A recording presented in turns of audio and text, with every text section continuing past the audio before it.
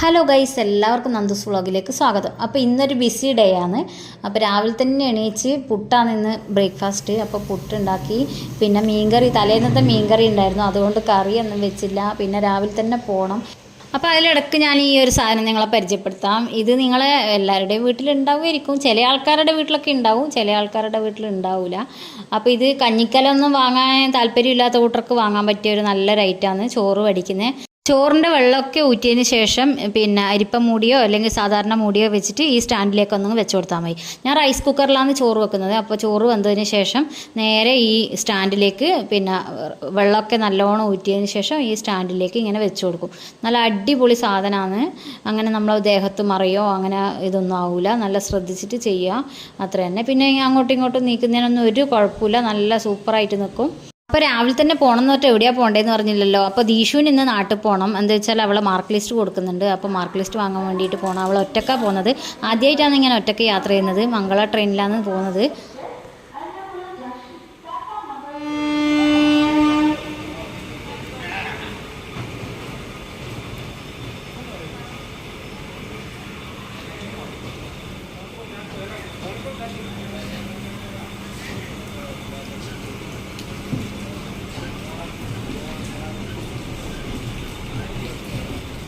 ഞാൻ പറഞ്ഞില്ലേ ഇന്ന് ബിസി ഡേ ആണ്. ദീഷുവിനെ കൊണ്ടുവിട്ടിട്ട് വന്ന് ഇനിയിപ്പം ഫുഡ് കഴിച്ചിട്ട് പിന്നെ പോകണം. നന്ദുവിൻ്റെ PTA മീറ്റിംഗ് ആണ് ഇന്ന്. അപ്പം ഞാൻ വന്ന് ഡ്രസ്സ് മാറി പിന്നെ ഫുഡൊക്കെ കഴിച്ച് ഇനി ആദ്യം അതന്നെ എടുത്തിട്ടിട്ട് വേണം പോകാൻ. ഞാൻ ഫുഡ് കഴിച്ചിട്ട് കുറച്ച് ചോറ്